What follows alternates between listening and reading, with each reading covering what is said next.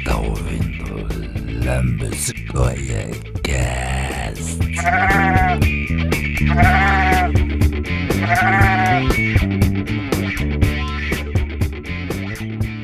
Bem-vindos a mais um The Lambesgoia Cast. Eu sou o Joá e hoje eu trouxe aqui meu amigo Frederico Guimarães. Frederico, se apresenta aí, cara. Oi, gente. Olá para todo mundo. A gente tem a tendência a falar boa tarde, bom dia, mas a gente nunca sabe que hora que vocês vão ouvir isso. Mas eu sou o Frederico, o pessoal me conhece mais de Fred, faço parte da Confraria dos Canários, antigo frequentador lá da nossa sede, felizmente quarentenado. E hoje um salve especial para os viajantes noturnos, né, que são os protegidos do Cavaleiro da Lua. É um personagem interessante, né, para a gente comentar um pouco, e é desse personagem que muita gente nunca ouviu falar deles, né, e alguns ouviram falar por causa da série agora, da Marvel. Então, a gente acha que vai ser uma conversa boa. Bom, já que o Fred deu spoiler, bora falar de Cavaleiro da Lua.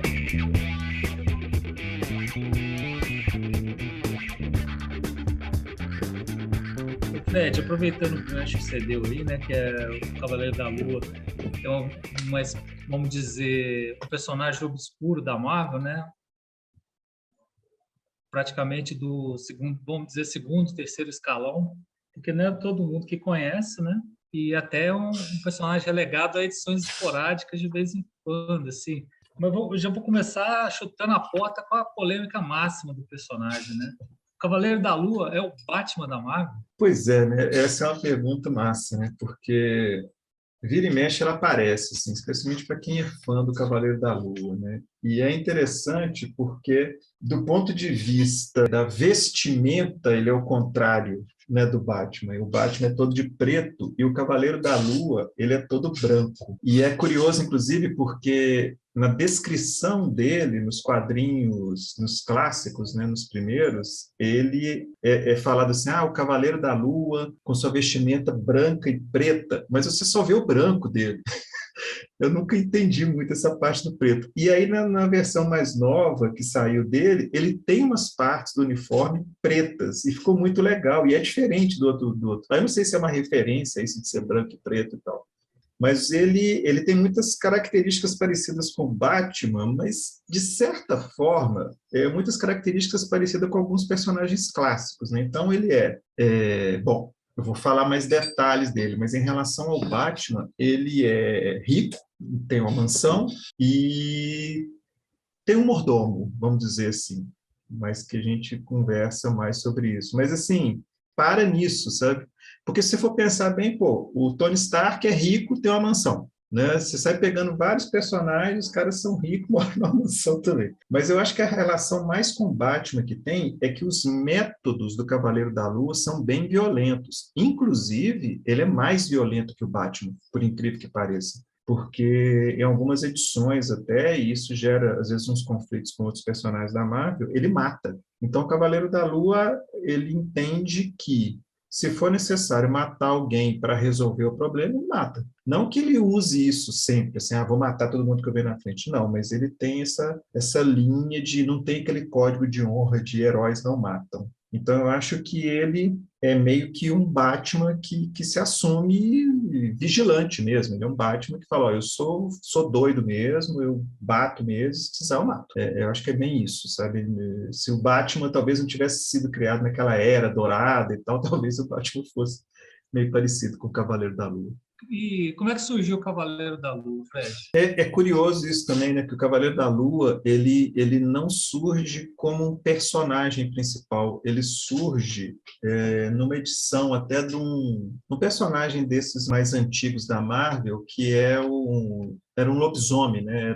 Era um menino, o nome do quadrinho é Werewolf by Night, que em português é meio lobisomem à noite, uma coisa assim.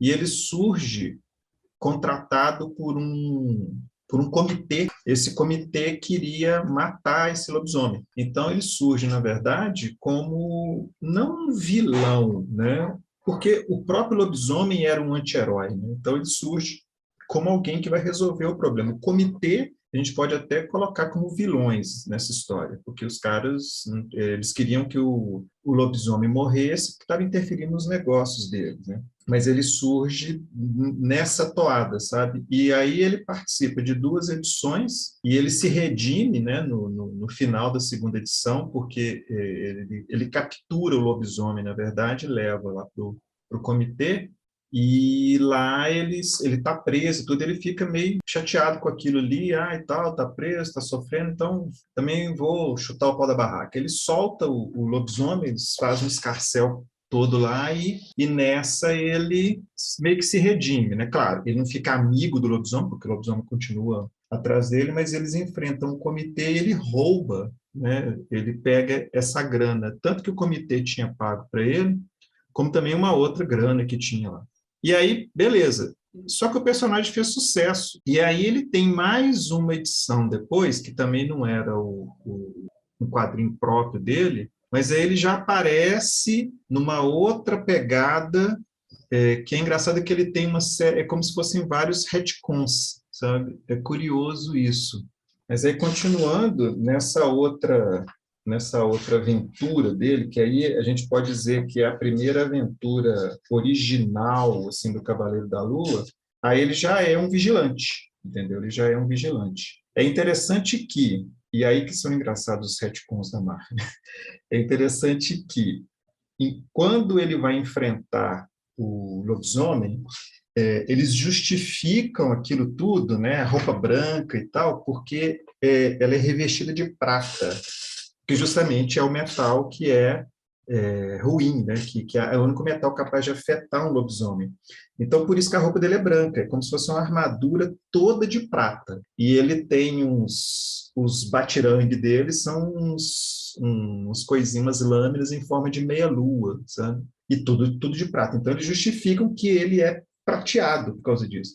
Depois, eles não voltam nessa história, assim, se ele tem ou não armadura de prata, punho de prata, mas o uniforme dele é tão bacana que ele continua naquela ali, entendeu? Então, ele já entra nessa. Isso é assim, é como que o personagem surge, né, nos quadrinhos. Inclusive, o primeiro vilão que ele enfrenta, assim, eu adoro essas histórias, né, porque tem aqueles clichês assim maravilhosos, sabe, da Marvel, dessa época, né, de pessoas muito boas e muito ruins, o vilão mesmo dessa história, ele tem 2 ratos que ficam nele, assim, são os bichinhos de estimação dele, ele joga os inimigos dele em poço de jacaré, sabe aquelas coisas assim, sensacionais de clichê, e ele, quando ele captura o Cavaleiro da Lua, tem um jogo de xadrez gigante, ele tem que fazer a jogada certa. Assim, é muito rocambolesco. Eu acho muito legal. Mas a partir daí ele se firma, né, como personagem, e aí ele começa mesmo com uma revista própria. Aí essa revista própria, né, que é a primeira Cavaleiro da Lua, aí conta a história de origem dele. Então, Tá. Aliás, eu só comentando rapidinho que você disse, isso é engraçado, essa fase dos anos final dos 60, mais dentro mesmo da década de 70, né? Quando a Marvel começou a focar abandonou, não dá para dizer que abandonou, mas de certa forma, vamos dizer que a Marvel ampliou o seu leque de histórias em quadrinhos, que antes era para adolescente, e passa para o público universitário, né? Essa uhum, fase é bem para público universitário, que eles chamam muito da fase licérgica, né? Que todo mundo dentro a maioria dos artistas da Marvel trabalhava tudo chapado, né?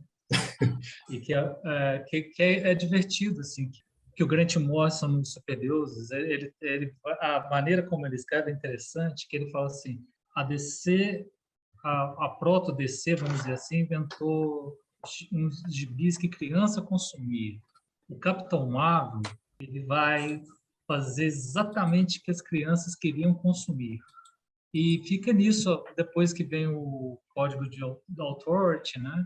Que a EC começou a pegar o público fora desse escopo infanto-juvenil, pegar um grupo mais adolescente com história de terror, né? História de guerra, de outras editoras também, mas acaba que o grande barato da Marvel assim, é que eles sacam um nicho para adolescente, Você vê isso principalmente no Homem-Aranha, cara. E isso a DC não explorava tanto. Não, a DC ainda estava trabalhando mais com... Tinha essa cabeça mais para criança, sabe? Entendi.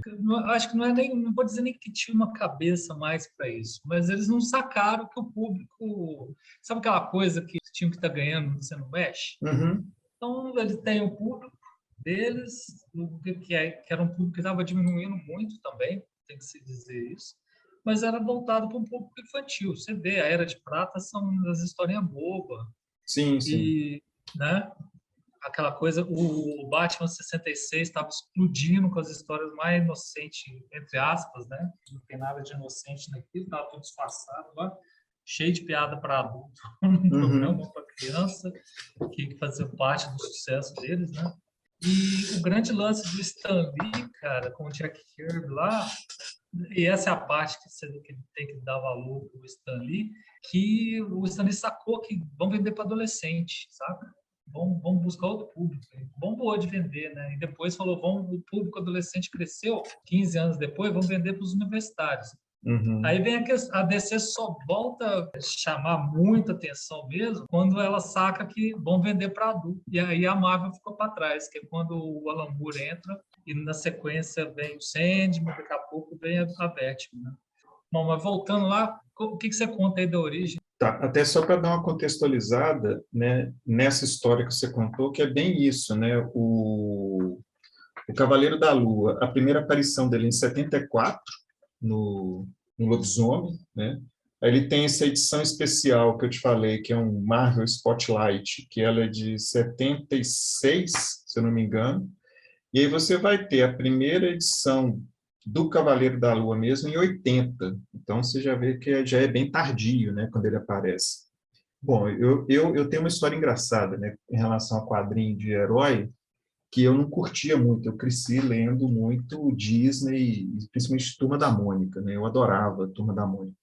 E não dava muita bola para quadrinho de super-herói. Eu fui dar bola para quadrinho de super-herói bem tardiamente. E como eu sou do interior, é pior ainda, né? Que essas coisas para chegar nas bancas, nossa, lá era aquela coisa. Quadrinhos da Ebal, por exemplo, não chegavam lá para gente, né? Eu comecei a ter contato com o herói na Abril mesmo. Então, assim, eu sempre curti muito essa coisa de mitologia egípcia. E a origem do herói é isso, né? Quando você pega a história de origem dele, ele era um mercenário. E aí é a característica legal do Cavaleiro da Lua, porque eles são 4 personas numa pessoa só, né? Então, a primeira persona dele é um mercenário que é o Mark Spector. Aliás, um detalhe interessante, quando ele aparece no Lobisomem à noite, né?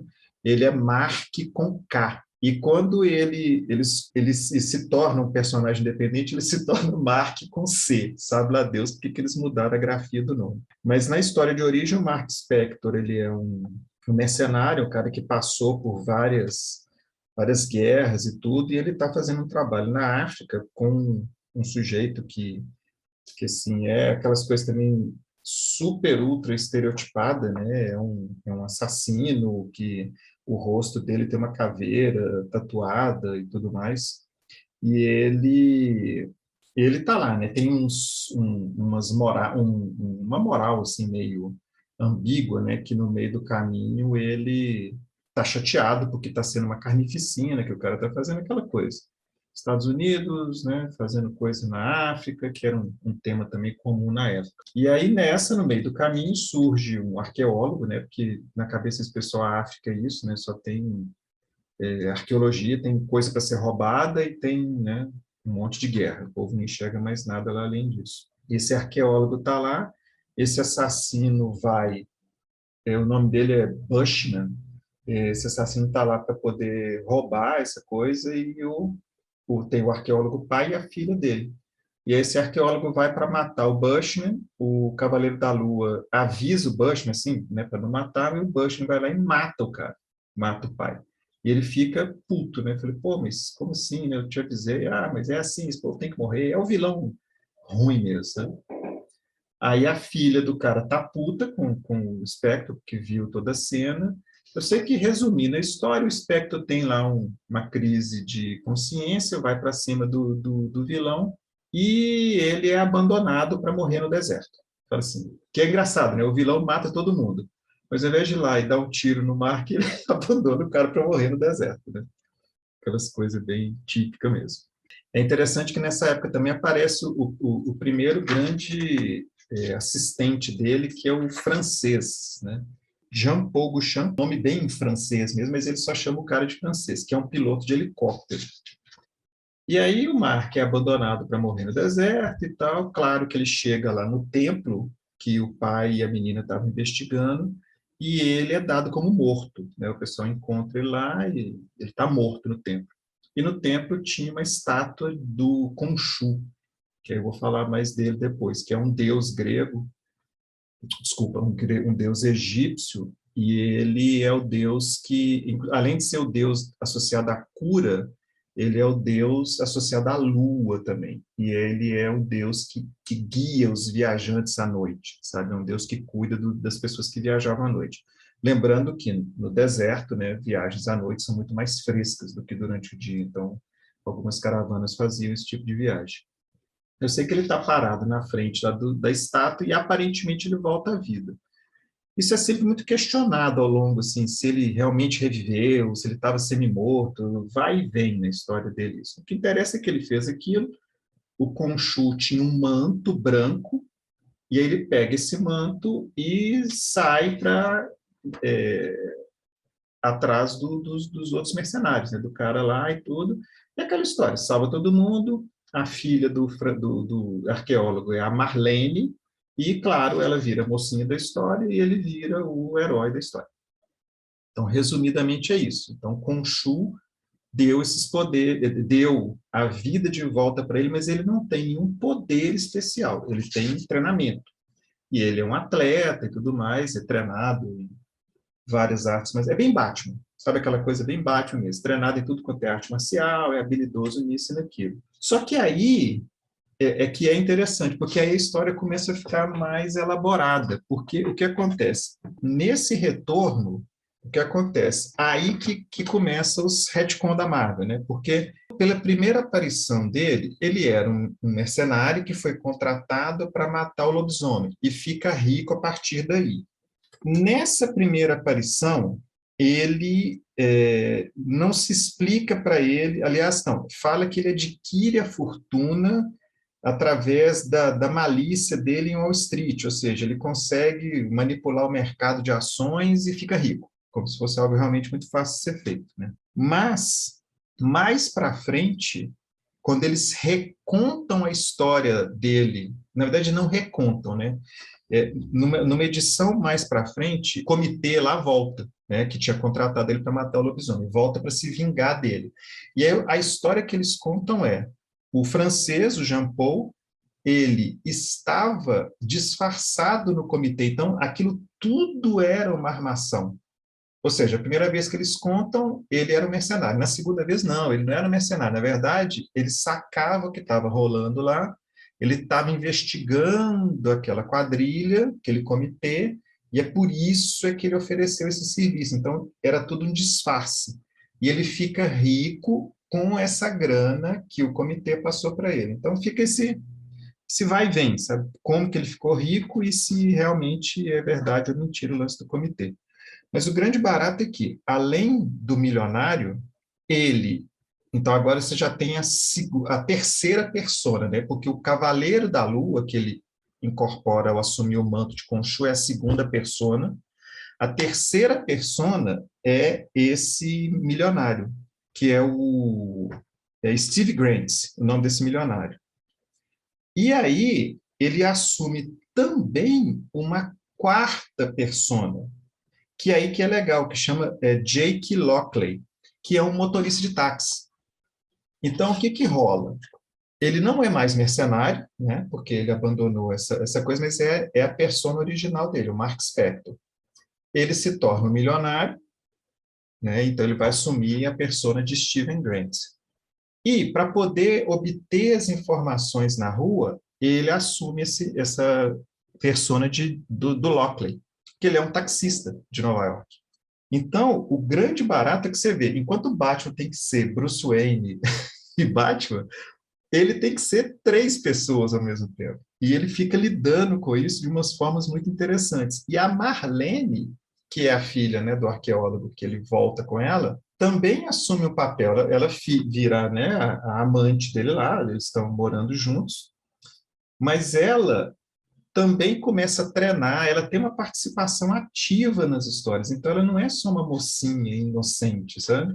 Ela briga também, ela faz parte dos planos deles, então quando ele tem que invadir algum lugar, ela vai junto, então assim, eles têm uma relação muito interessante, e eu acho o que mais me fascinou no Cavaleiro da Lua, nessa época que eu conheci, era isso. Ele era um personagem muito rico, assim, ele tinha muitos relacionamentos em várias linhas, não era aquela coisa toda linearzinha, não, sabe? E cada personagem tinha seus relacionamentos próprios. Então, por exemplo, o taxista Lockley, ele sempre comia no restaurante da Jenna. E lá no restaurante da Jenna, toda vez que ele entra, é muito legal isso, assim, eu estava reparando isso, relendo as histórias antigas. Toda vez que ele entra no restaurante da Jenna, ela é uma negra, e ela pergunta sobre os filhos dele, e ela sempre responde a questão da escola, dos filhos dela, sabe?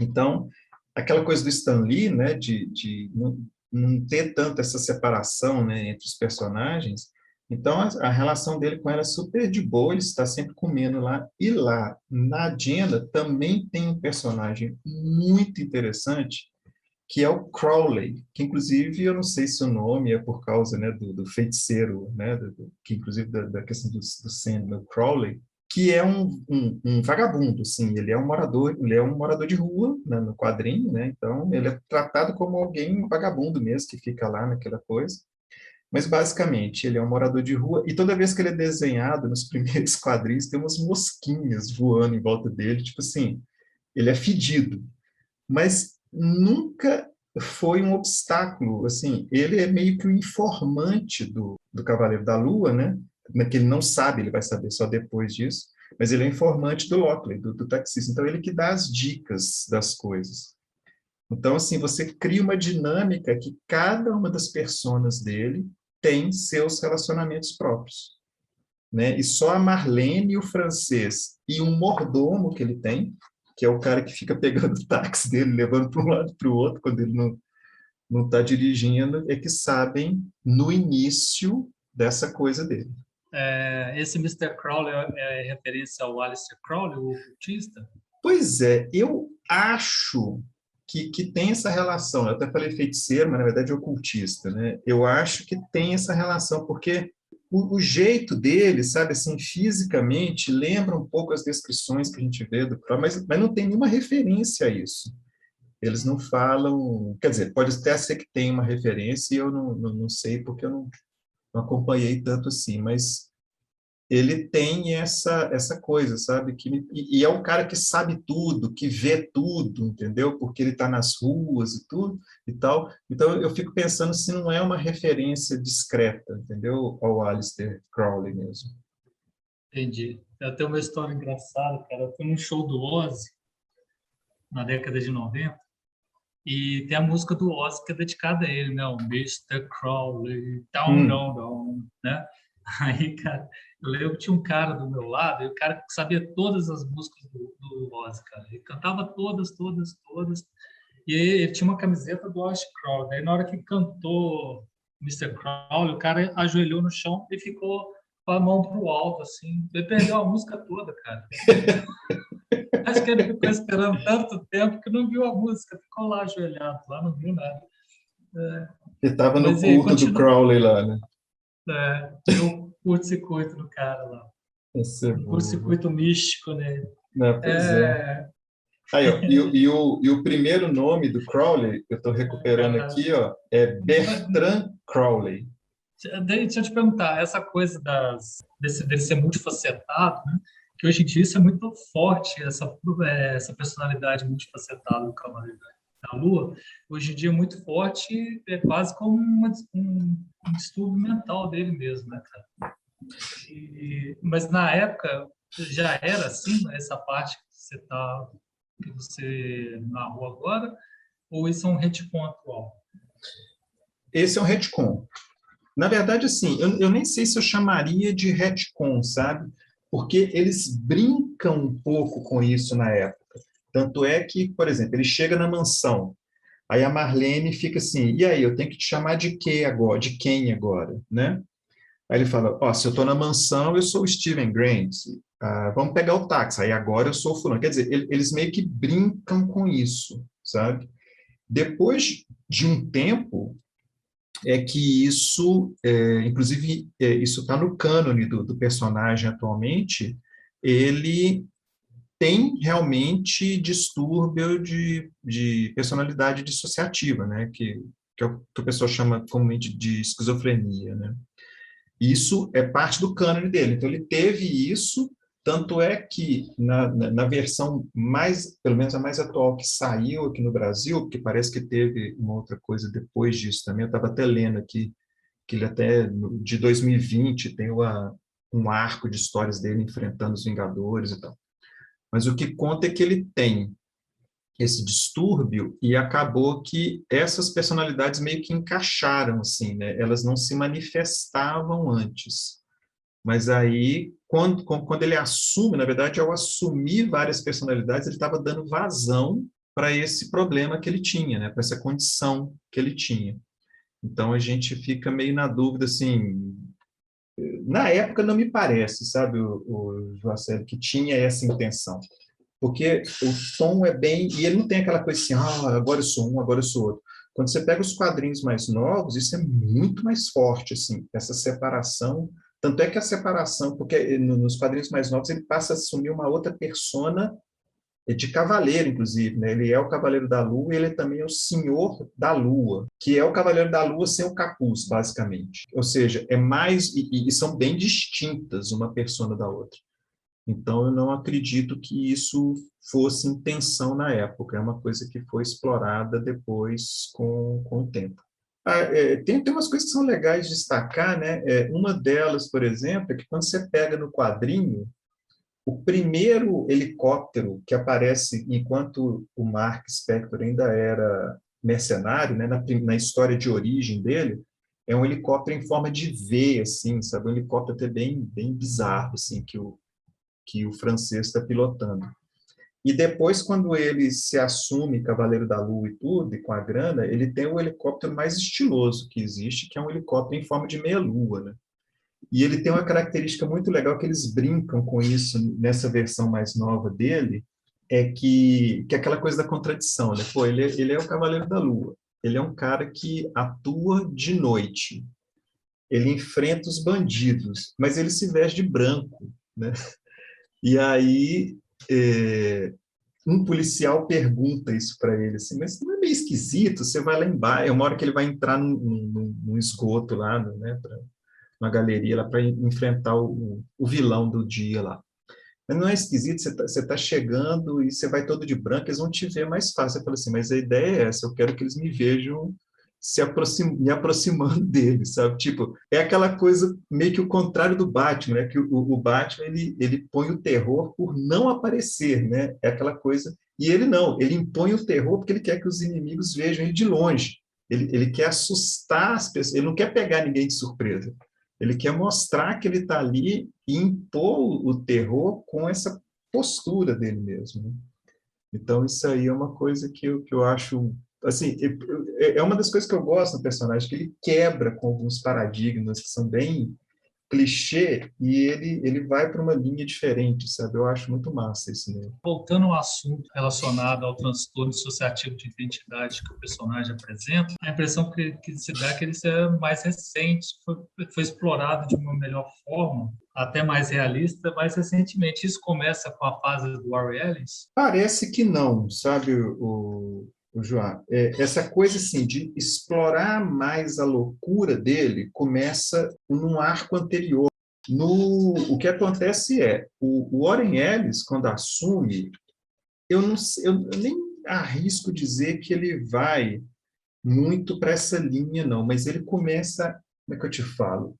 Ele explora essa coisa dessas personalidades, mas ele não foca muito em ficar falando que Ah, o Cavaleiro da Lua tem um problema. Ah, o Cavaleiro da Lua tem um transtorno. Inclusive, essa fase do Warren Ellis, ela, assim, tem umas coisas muito legais, assim, muito lisérgicas mesmo, sabe?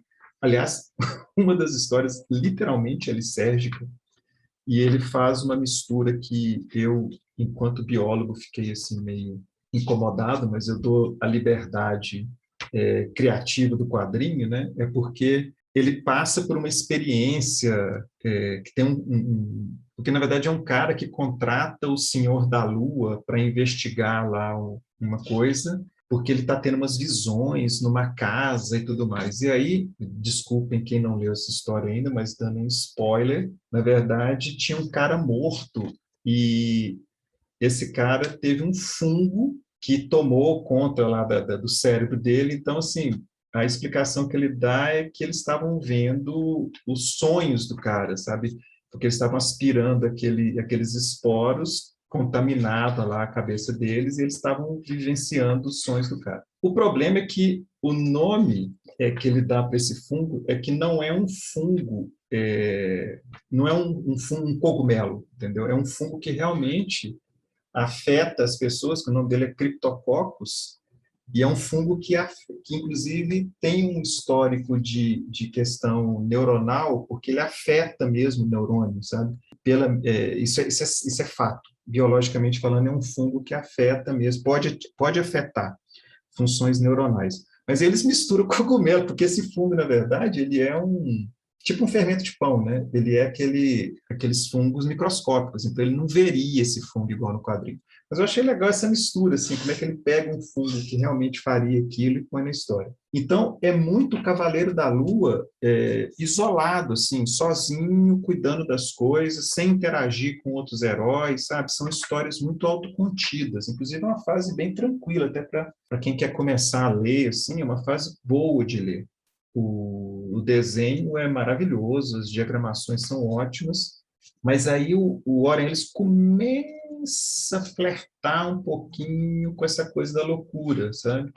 Aí tem ele está fazendo terapia, né? E aí a terapeuta depois tinha uma coisa de conspiração da terapeuta. Então, assim, começa a aprofundar nisso, sabe? Aí ele vai receber um tratamento no hospital, e aí o que fica aparecendo nessa época é que eles estavam querendo fazer com que ele se sentisse louco, entendeu? Como uma forma de você eliminar o Cavaleiro da Lua. O lance é que isso chega até um quadrinho que tem uma conspiração de uma mulher que se acha representante de deus egípcio e tal, e termina um arco, né? O arco do Warren Ellis termina com ele saindo do prédio onde ele enfrentou essa mulher. Na verdade, é aí que entra a questão do lisérgico, né? Porque ele está lá no prédio, enfrentando essa deusa que tem, mas aí no final ele está questionando se ele realmente viu aquilo tudo, ou ele estava só sob efeito lá do veneno, né, da vilã, e ele sai do prédio amparado pelo Khonshu, pelo deus egípcio que criou, assim. Então, o último quadrinho é até isso. Então, é aquela coisa assim, né, a gente não sabe até que ponto é metafórico, o que é. E na próxima edição, que aí já muda o roteirista, né, e aí na próxima edição você já começa com um roteirista novo, o Jeff Lemire. A edição começa com ele no hospital psiquiátrico. Nessa fase do Lemire, a coisa começa muito doida, assim. Ele está lá no hospital psiquiátrico e aí ele reencontra, porque pelo que eu li também, como eu não acompanhei essa fase, eu estava dando uma pesquisada aqui, ao longo do tempo, com esse lance da condição mental dele indo e vindo, né? Ele se afasta da Marlene, se afasta do francês, ele corta esses laços todos. E aí ele fica indo e vindo nisso também. Ele corta os laços, reata, corta e reata. Então fica uma coisa muito instável, sabe? Nessa relação dele. Nessa fase que começa com o Warren Ellis, ele está todo sozinho. Inclusive, assim, até bem triste, né? Uma das cenas, por exemplo, que ele está numa limusine e o carro é guiado sozinho, sabe? Não tem nenhum motorista. Então, você vê que ele tá sozinho. Não faz nenhuma referência à mansão nessa fase, não faz referência a ninguém, é ele e ele. E aí, quando começa a fase do Lemire, ele está nesse hospital psiquiátrico, e lá ele reencontra todo mundo, a Jenna, a Marlene, o Crowley, como internos também do hospital. Essas pessoas são colegas dele lá internos. E é muito louco essa fase. Você não sabe o que é verdade, o que não é, sabe? Tem dois enfermeiros que têm são muito meio que caricatos, assim, uma coisa, sabe? Você vê que tem uma coisa errada à medida que você vai lendo, assim, mas aí você não sabe se é tudo aquilo loucura da cabeça dele, as coisas que ele está vendo, ou se realmente ele está naquele hospital e o arco evolui, ele foge do hospital junto com os amigos, né? Por baixo, eles vão para o metrô, e tem múmias no metrô, e ele enfrenta, e na verdade a diretora do hospital, que ela tem o nome de Emmett, então ele fala que ela é, na verdade, Amut. Amut também é um deus egípcio, e na mitologia egípcia, quando você morre, né, o seu coração é pesado numa balança, né, e ele tem que pesar mais leve do que uma pluma. E se o seu coração for pesado, esse deus Amut devora a alma da pessoa. Então, essa, na cabeça dele, pelo menos a gente não sabe o que é verdade e o que não é, essa psiquiatra do hospital, na verdade, é o deus Amut querendo ferrar com a vida dele lá.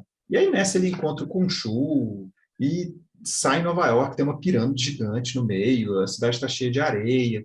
Eu sei que esse negócio vai evoluindo, termina de um jeito, pelo menos nesse mini arco, né? Termina de um jeito mais bizarro ainda, onde ele é um produtor de Hollywood. E aí tem uma coisa muito engraçada, sabe? Porque você, no início, né, você fala, é um personagem que não é assim, né, tão famoso e tal.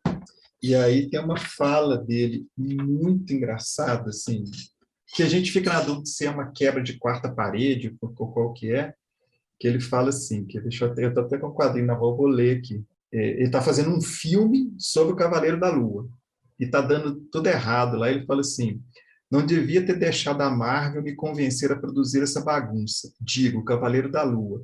É um personagem C no máximo. O que eu estava pensando? Então, assim, ele é autodepreciativo, sabe? Ele fala mal do personagem, mas, ao mesmo tempo, ele começa a viver a realidade. O que a gente vai percebendo ao longo desse arco é que ele está revisitando as histórias originais dele, na verdade, as aventuras originais dele. Então, ele tem uma edição que ele enfrenta lobisomens, e no quadrinho clássico ele tem uma história que ele enfrenta lobisomens, né? E ele tem uma parte desse quadrinho em que ele se apresenta como criança, como Steven Grant, e ele tem um vizinho chamado Mark Spector. Então, aí você já não sabe, né, o que é, o que não é. Só que, na verdade, quando o pai dele chega para conversar com ele, que ele fala... É uma coisa muito maluca, assim, porque ele fala que ele é o Steven, e que ele mora no prédio, e ele viu aquele outro menino que é o Mark Spector, mas aí chega o pai dele, e ele é o Mark Spector. E o Steven é uma coisa que está na imaginação dele. Então, a partir desse quadrinho, ele entra no cânone dele que ele tem esse distúrbio dissociativo desde criança. E aí ele vai se manifestar lá na frente. E, ao que parece, porque até um arco que eu não cheguei ao fim, que eu comecei a ler e estava saindo um quadrinho a cada 2 meses, e eu estava perdendo a história. Eu falei, vou esperar isso acabar. Mas, pelo que eu sei, isso aqui, na verdade, era um processo de cura dele, para ele realmente conseguir lidar com todas as personalidades dele, sem essa coisa dele ser várias pessoas. Ou seja, é meio que um retorno no clássico, né? Ele é simplesmente alguém que assume várias personas, mas ele não tem um transtorno. Então, essa história, pelo que eu sei, é justamente isso. Ele meio que fazendo as pazes e se tornando uma pessoa que assume papéis diferentes, mas não que ele tenha o transtorno forte ainda. Então, eu achei interessante, assim, porque é difícil de entender essa fase, sabe? Eu ficava assim, gente, mas que coisa, o trem vai e volta, mas só depois que ele começa a amarrar essa coisa toda. Mas eu achei interessante, justamente porque ele revisita o passado. Ele revisita, então é como se fosse assim um gigantesco retcon. É como se fosse o Cris nas Infinitas Terras, mantidas as proporções, só desse personagem, entendeu? Você capta tudo quanto é história bizarra que ele teve, tudo quanto é contradição, e cerca aquilo e fala, não, na verdade, isso aqui era loucura dele, por causa disso, mas isso aqui é verdade, então é meio que uma consolidação do personagem. Aí eu não sei se como para aqui, né, e eu não sei o que vem pela frente, se daqui para frente ele já é um personagem mais estável, né, e lida bem com isso, ou se eles continuam explorando. Na minha opinião, o ideal seria eles manterem a estabilidade, porque ficou tão amarradinho, ficou tão interessante, sabe, a forma como eles fizeram, e a coisa ficou tão assim, com uma cara de homenagem mesmo a tudo que já aconteceu com ele, que seria bacana eles preservarem isso, sabe? Eles manterem essa história desse jeito mesmo. Essa que é a fase que ele usa um terno branco? Sim, que é o Senhor da Lua, que é meio ruim, né? Porque em inglês ele é só o Mr. Knight. O correto seria traduzir como o Senhor Cavaleiro, né? Mas eles preferiram. Não sei se é por causa dessa brincadeira também, né? Porque é uma coisa também que funciona bem em português, né? Mas não funciona bem em inglês, né? O lunático, né? O Cavaleiro da Lua afinal de contas, um lunático, entendeu? Então, é, isso funciona super bem aqui no. Então, eu acho que a pegada que me passa é que eles resolveram chamar de Senhor da Lua, até por causa disso, sabe? De brincar um pouco com isso, dele estar ligado à Lua mesmo. É engraçado que quando o herói foi publicado no Ebol, eles traduziram para Lunar, né? É mesmo? Eu não sabia dessa, É, não. era Cavaleiro da Lua, não, era Lunar. Olha Mas é só. engraçado que Mister Knight também é um trocadilho para o Senhor Noite, né? Sim, exatamente. E Exatamente. aqui você apontou um outro trocadilho, que é o Senhor da Lua é um É. lunático. Fred, você leu a fase que o Brian Michael Bendis e o Alex Malev fizeram com o personagem? Não, não li, não. Aliás, eu tenho uma lacuna gigante, né? Porque eu li até o final do que talvez a gente chame de fase clássica, mas aí teve uma série de outras questões aí ao longo do caminho que eu perdi dele. Então, aliás, várias dessas coisas não saíram aqui no Brasil, né? Justamente por isso, ele era um personagem mais... Ou se saíram, devia estar saindo em quadrinhos que não eram exclusivos do Cavaleiro da Lua, porque eu perdi uma fase enorme aí, que é uma... Eu vi a referência a essa fase que eu li um pouco, em que ele vai para Los Angeles, né? Porque ele originalmente é de Nova York, aí ele vai para Los Angeles e assume a produção de uma série do Cavaleiro da Lua, que é interessante, né? Porque isso que eu estava comentando dele estar produzindo um filme para a Marvel do Cavaleiro, quer dizer, ele é de novo recuperando tudo que aconteceu ao longo da vida dele. E aí tem um lance que ele assume a identidade, assume-se na cabeça dele, né, a identidade do Wolverine, do Homem-Aranha, do Capitão América. No iniciozinho, na primeira página da fase do Warren Ellis, inclusive, tem uma repórter, uma blogueira, na verdade, que se apresenta como blogueira, que até faz referência a essa fase, sabe? Que ele justamente ele retorna para Nova York nessa fase do Warren Ellis. Então, inclusive, ó, tá recuperando aqui, ela fala assim, ela está conversando com alguém e fala assim, Los Angeles tem umas imagens de celular dele no meio da Sunset gritando com o Wolverine, o Homem-Aranha e o Capitão América. Só que eles não estavam lá, o cara estava falando com o ar. Então, assim, é aí que levanta essa coisa, né? O Warren Ellis levanta essa coisa da TDI, né? Do transtorno dissociativo de identidade, mas como eu falei, ele não explora muito isso. Ele aponta que isso existe, mas isso vai ser explorado mais na frente, só depois mesmo. Agora que as apresentações já foram feitas, né, vamos dizer assim, vamos falar aí do que está vindo aí, da série, né, da Disney Plus, que vai sair do Cavaleiro da Lua, né? Uhum. que antes, quando tinha a série dos Defensores, né, na Netflix, todas as séries da Marvel na Netflix, sempre tinha aquela pontinha de esperança de muita gente que talvez ele saísse, porque ele é um herói urbano, como os outros, né, de Nova York. Mas acabou que não aconteceu e agora vai acontecer. O que você está esperando dessa série? Pois é interessante que eu lembro de ter lido alguma coisa, assim, comentando isso, né, que parece que tinha uma previsão mesmo. Eu estou na dúvida agora se era especulação ou se realmente, assim, eles estavam com um projeto de que ele aparecesse, né, em algum, mesmo que fosse, assim, em segundo plano, alguma coisa assim. Bom, eu estou na expectativa, né? Eu, assim, não costumo criar muitas expectativas com a Marvel, mas como essas séries de personagens diferentes costumam ficar boas, né? O Demolidor, por exemplo, eu achei sensacional, né? Eu achei, assim, tudo bem que o Vince D'Onofrio rouba toda a cena como o rei do crime, né? Ele tinha que ser rei do crime em tudo quanto é filme da Marvel. Aliás, a Marvel devia usar o rei do crime só para ele aparecer mais vezes, porque ele é sensacional. Mas, assim, o que eu tenho visto é que parece que eles estão levando a sério isso, né? Que eu já vi algumas declarações assim que a série é divertida, mas ela é pesada. Eu já li alguma coisa falando que eles vão focar bem nessa história de origem dele, né? Então, quem vai aparecer é o Mark Spector mesmo, né? Começa com ele lá descobrindo, né, a tumba de Khonshu e tal.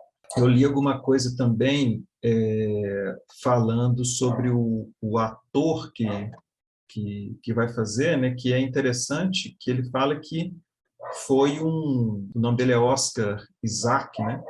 A escolha do papel foi um risco, sabe assim, meio que ele estava querendo alguma coisa diferente e entrou de cabeça, meio assim, deixa eu ver qual que é. E ele revela que ele ficou muito satisfeito com o resultado.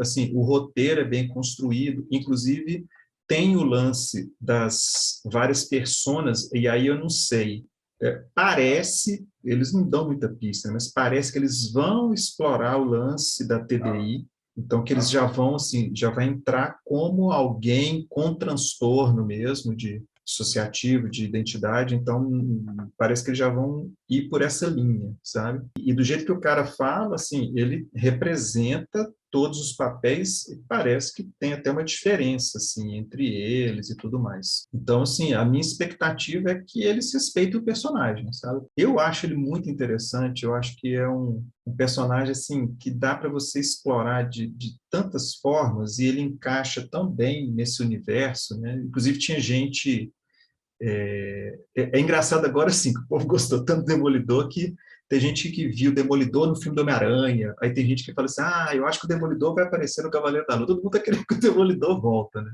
Mas parece que a pegada dele vai ser bem essa mesmo. O que a gente não sabe, porque o que a Marvel tem feito com as séries é incluindo todas no cânone, né? É a Disney descobrindo uma forma de ganhar dinheiro. Você não pode só assistir os filmes agora no cinema, né? Você tem que assistir os filmes e ver a série, porque senão você vai entender só metade da história. Mas eu fico imaginando como que o Cavaleiro da Lua se encaixaria no universo Marvel do jeito que é hoje, porque em relação, especialmente a Disney, né? Considerando que a Disney é bem fofinha nas coisas assim, o Cavaleiro da Lua, espero que ele não seja um personagem menos do que ele é no quadrinho. Um personagem, espero que eles não amaciem tanto assim o personagem. Meu receio é só esse. Será Mas, que o Cavaleiro da Lua vai virar um príncipe da Disney?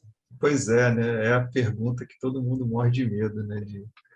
Pois é, como os caras falaram, mas eu sempre volto, inclusive até um episódio que vocês comentaram, né? Que aliás, não sei, acho que foi aqui mesmo no podcast, que o filme do Doutor Estranho era para ser um filme de terror, né? E o diretor foi desmentido, não sei se foi pelo Kevin Feige, assim, na Comic Con, lá, num evento que estava tendo, assim, o cara chegou todo entusiasmado, não, porque vai ser isso, vai ser aquilo e tal, o cara falou, na verdade não é bem assim, né? E o cara foi mandado embora. Então, assim, o filme, a toada era para ser, o meu medo é esse, sabe? E quando o cara fala, vai ter momentos de humor, eu morro de medo desse momento de humor, porque os momentos de humor do Cavaleiro da Lua, eles são meio mais de ironia mesmo. Ele não é um personagem feliz, ele é um personagem atormentado, né? todas essas questões. Inclusive, até fazendo voltando à questão histórica dele, né? As primeiras aventuras do Cavaleiro da Lua, elas são pesadas, sabe? Assim, tudo bem, as primeiras têm os personagens caricatos, mas uma delas, por exemplo, ele tem um assassino de rua que está matando mendigos e ele é o único que se preocupa com isso. Inclusive, tem uma cena assim, falando com os policiais, não, é só mendigo, se fosse algum outro personagem, a gente estava mais preocupado, algum personagem, não, algum outro figurão, né? Mas é só mendigo que está morrendo.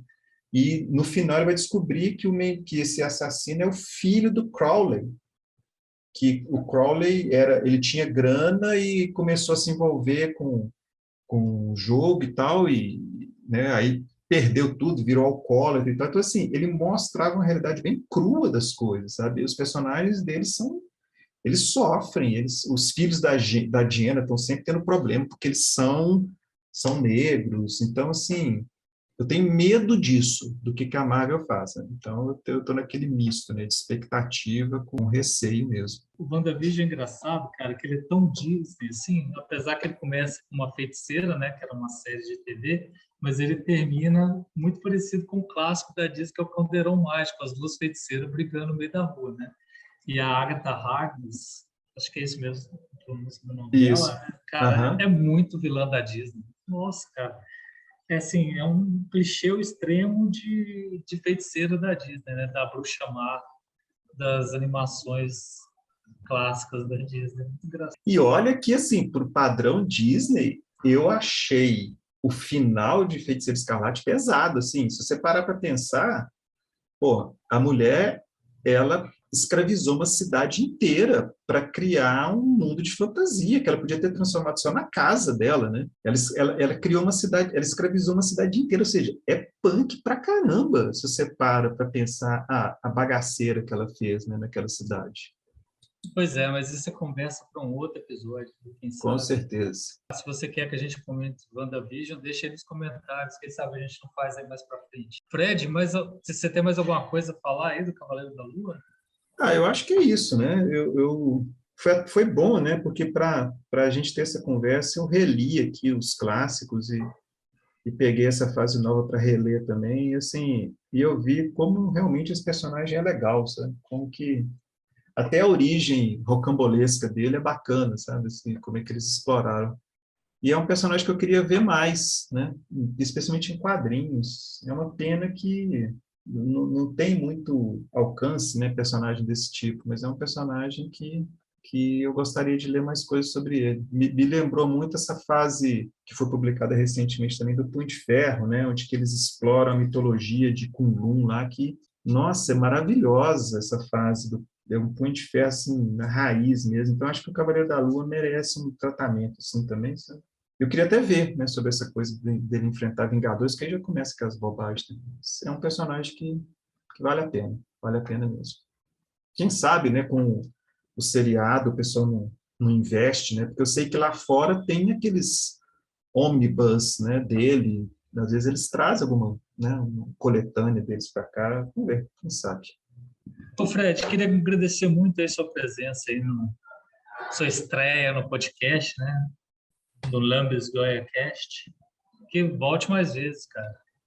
Eu que agradeço, João. Assim, eu tenho acompanhado, né, o podcast, faço até uns comentários no YouTube de vez em quando, e eu acho muito massa, assim, esse formato, né, mais solto mesmo, eu acho sensacional. E eu tenho curtido demais as análises que vocês têm feito. Foi um prazer enorme estar aqui, com certeza. Aparecendo outras oportunidades, eu estou dentro. Foi muito bom. Oh, maravilha, maravilha. Obrigadão, Fred. Esse podcast se autodestruirá em 5 segundos.